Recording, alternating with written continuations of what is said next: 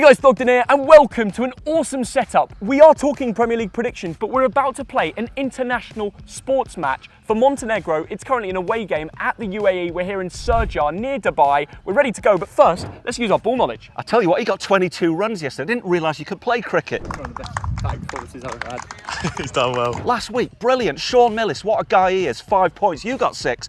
I got 8. It's getting a bit predictable. Scores are on the doors. And we've got a very good guest this week. It is Cockney Abel, and we let him set the like target. Come on. 11k. Yeah, smash it. Come on. What a guy, and you guys can smash that. What's the first game, Dad? First game is Burnley against Luton. It's 19th against 18th. 2 teams who lost last game week. Now Burnley, Theo, were unlucky against Aston Villa, but 10 home games, lost 9 of them, Theo. In the Premier League table, this is a relegation cracker. Both of them will be fired up, won't they, Dad? They will, Theo. Now, Luton Town a bit unlucky against Chelsea, but then they played a team called Bolton Wanderers and drew 0-0. You were there, Theo. How was that? It was amazing to watch for Bolton fans, to go to Kenilworth Road, the away end, the atmosphere. It was brilliant, back and forth between the home and the away section. But on the pitch, they played Ross Barkley, they played Adebayo, their best Premier League stars, and they couldn't even score. I fully think the boys at home at Turf Moor can get a 3 points here. And I agree, it's going to be a James Trafford clean sheet, 1-0 Burnley. I'm going to go 2-1 to be different from you because I need to catch up the points. Let's go over to Abel, the West Ham fan, our special guest. You know what? Luton went 1-0 up against Man City. It was a close game against Arsenal. Luton have defied the odds this season, so I think Luton are going to take this one 3-1. Chelsea against Fulham now 10th against 13th. It's a tasty London derby, and these are 2 teams who won last game week. And for Chelsea, it was all about Cole Palmer, a brace. But the problem was they played an FA Cup match or a Carabao Cup game and they lost to Middlesbrough away. They were booing the players off. The only one that went over was Thiago Silva. Conor Gallagher, nowhere to be seen. He is linked with Tottenham. It seems like a bit of a mess right now. But Chelsea in the league, they've won 3 out of the last 4 and they're looking really good. Do you know what's interesting with this fixture, Dad? 4 out of the last 5 head-to-heads, Fulham have lost at Stamford Bridge 2-0. So do you know what? It makes my prediction simple. They'll do it again. They'll get back to winning ways. 2-0, Madrid to score. And I kind of agree, Theo. Who won to Chelsea? You know what? Chelsea right now, they're not in a good place. Fulham are like looking really good and that, but I think Chelsea are going to snatch this one with a Sterling goal. I think it's going to be 2-1 Chelsea. Newcastle United against Manchester City is 9th against 3rd. 2 teams who are in the Champions League, or were, Theo, facing off. Now, Newcastle were battered against Liverpool, but then they went and played Sunderland. You were there, Theo. I was there. Incredible atmosphere, home and away fans. I must admit, the Geordies were a little bit quiet at the beginning because they were so worried about Sunderland beating them. Once they got that first goal, then the second, the third flowed in. Isaac shushing the home block and enjoying that win with the Geordies. City, they're not losing too many players to AFCON Nation Cup. De Bruyne will probably play his first 90 minutes. Julian Alvarez, Phil Foden are on the form of their life. This is looking like mission impossible. I think Montenegro have a better chance of winning the cricket match today than Newcastle do. Now, Manchester City had 1,000 passes exactly against Sheffield United. Only won 2-0, but you know what? Their form recently, 10 points in 4 games. They're going to win this one narrowly, 2-1. Newcastle will score 1. Anthony Gordon will give it to him, but Man City will come big with 3. Newcastle will get beat 3-0 by City because you know what?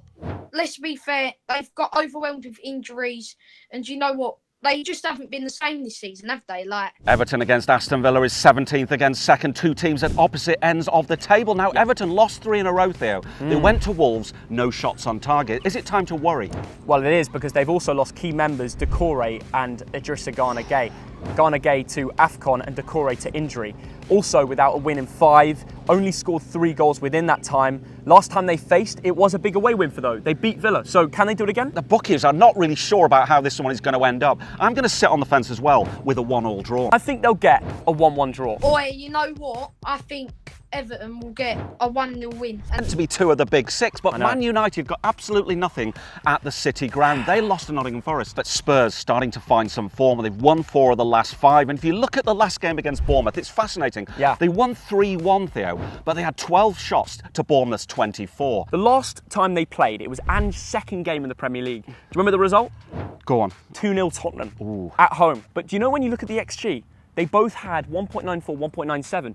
Manchester United were very unlucky that day. Now they've got a much better team. They're not losing too many players to AFCON, apart from Onana, so they're going to have to trust in their goalkeeper, Altay Bienda, the 25-year-old who was at Fenerbahce last year. I've heard a rumour that Maddison might be back for this game. And Van de Ven likely will be back. And this is the most interesting one, Dad. Timo Werner is now official and fit to play at Manchester United away. How will Werner do in the Premier League again? He'll be a good bench player. What I mean by Bench that, player? no disrespect here, but a team like Spurs, they need a strong bench. You're wrong, and I can put my neck on the line here and say that Ange will start Timo Werner.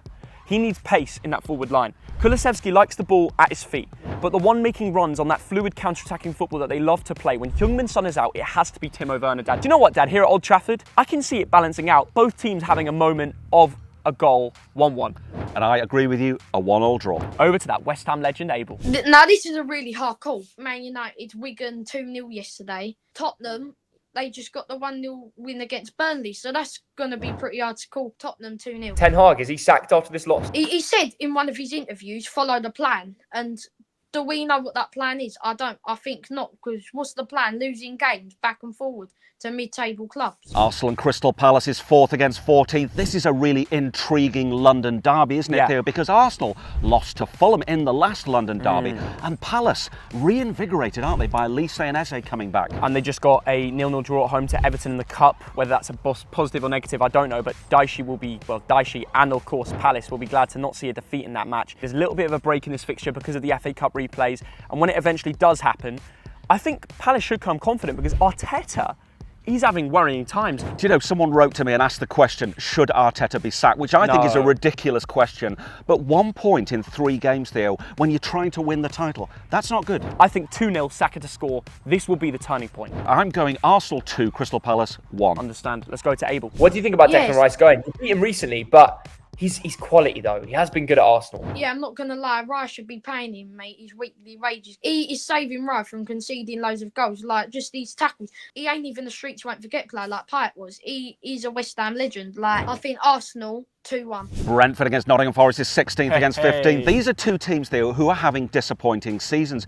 You look at Brentford's form, it's the worst in the league. Lost the last 5 games. Well, they can turn it around because they've got basically a new signing back. Ivan Toney, his first Premier League fixture. He's going to be fired up, isn't he, Dad? His determination and his mindset means that he will get straight back to the top level and score goals. I guarantee it. Forest are losing Niakite, Sangare, Kouyaté, Aina, Bolly and Aurier all to AFCON. Insane. Wow. And all of those games are regulars. They've all played 10 or more matches this season in the Premier League. Wow, he's done his homework, hasn't he? But Gibbs-White, Theo, he got that important goal against Manchester United. They've won 2 on the bounce. Surely Forest can win this. No, if he scores again, you'll look around and see nobody because they've all gone to AFCON. Thomas Frank, I know you're complaining about replays and they should be abolished. You're going to win this game. This will be the turning point for you. 2-1 win, Ivan Toney to score. And I think you are disrespecting Nottingham Forest, even with those players out. A 1-1 draw, Theo. You're a mug. Over to Abel. You know what? This is a hard call, yeah, because like Nottingham Forest are really good form, and you know what? Brentford have been missing Toney badly. I think it could be 1-1, mate. I think 1-1 with a Toney goal. Sheffield United against West Ham United is 20th against 6th, Theo. You've got bottom of the table against the champions of Europe. I say that everywhere. I love saying it. Sheffield United were not embarrassed by Manchester City, only 2-0. No. But 15 goals all season, 9 points all season. It's looking a bit bleak. Now, West Ham against Brighton, they were second best throughout that game. They looked tired. They came away with a 0-0 draw. That's 90 minutes of my life I'm not getting back. We conquered London, mate. Beat Spurs, beat Chelsea, beat Arsenal, beat Man United, who ain't in London, but we basically conquered the Big Six. As Abel said, they've already conquered London. They've beaten all those teams, but they haven't conquered Sheffield, and I don't think they will, because AFCON, you're losing Kudus and Aguerd, and then you got Bowen and Paqueta who are injured. Dad, David Moyes' new contract, he might be happy, but the players, you're losing some key first teamers. I think this is a big Chris Wilder upset 1-0 win. Abel is not going to be pleased with that, but you know what? I'm going to go Sheffield United 1, West Ham 2. We need much more depth in that squad, but I think we're capable of getting that result. 4-0 win for West Ham. AFC Bournemouth in 12th against Liverpool. Top of the table, Theo, is the South Coast against the Scouse Coast. Oh, that was quite good. But Bournemouth, Theo, what do you think about their form at the moment? I mean, 4 wins in a row, then beaten by Spurs. They've got some tough fixtures. Liverpool, top of the league, just beating Arsenal away in the Cup. Jurgen Klopp has a plan B, losing Mo Salah to AFCON. He's thinking, that's fine. We've got Jota fit, Darwin Yeah. Nunez, Luis Diaz. Surely Liverpool win this. That 4-2 win against Newcastle, they absolutely battered them. They could have did, yeah. scored 7 or 8 there. But Bournemouth 1, Liverpool 2. I disagree. This is where the Cherries turn up and get a 2-2 draw and make that Premier League title race also exciting. I don't know if you agree with me about this. I'm going to say 3-0 Liverpool. It's a fair result. I just don't think that Bournemouth have the capabilities to beat Liverpool or even get a draw with them. Brighton and Hove Albion against Wolverhampton Wanderers is last but not least. This is 7th against 11th here. Hold on, Dad. Before you get into it, turn the camera over there. They're doing the toss in our international sports match. Okay, we need to get a move on. Yeah. Have you ever seen Mitoma before a Japan game? I don't know why I mentioned him. Yeah. Before the Asian Cup, stop on the side to film a YouTube video. I've never seen it. He might have a uni degree, but he doesn't do what we do. So smash the like. We better hit 11k likes just for that. Brighton at West Ham, Yes. Theo, they were the better team. More shots, more possession, better all round, but just got the 1 point. But the way Wolves are playing at the moment, Theo, I mean, the goals last time were coming from Craig Dawson, ex-Bolton, Kilman, Cunha. They are good at the moment. I would not bet on this game. It's impossible to call, but I'm going to go with home advantage, 2-1 Brighton. Well, I wouldn't bet on this game. It's hard to call because those UAE lads are getting ready and they're looking fired up. But I would bet on this, Brighton to win, because they have the break. Wolves will be tired. Another replay. And by the way, they'll focus on the cup because if they win, they play West Brom, which is the derby. Their mindset won't be ready for that South Coast trip to Brighton. And that's when the home team come knocking. João Pedro to score. Good if he's on your FPL. 2-0 win. I think this one will be 2-2 because that's a fair result for 2-2 draw. both teams. Yeah, because both their main men are at the Asian Cup. You can't forget about the draws. Right, that's it. Give me the ball. The toss. I'm going to play some cricket. I'm See about ya. to bat a half century. That'll be nice. Let's go.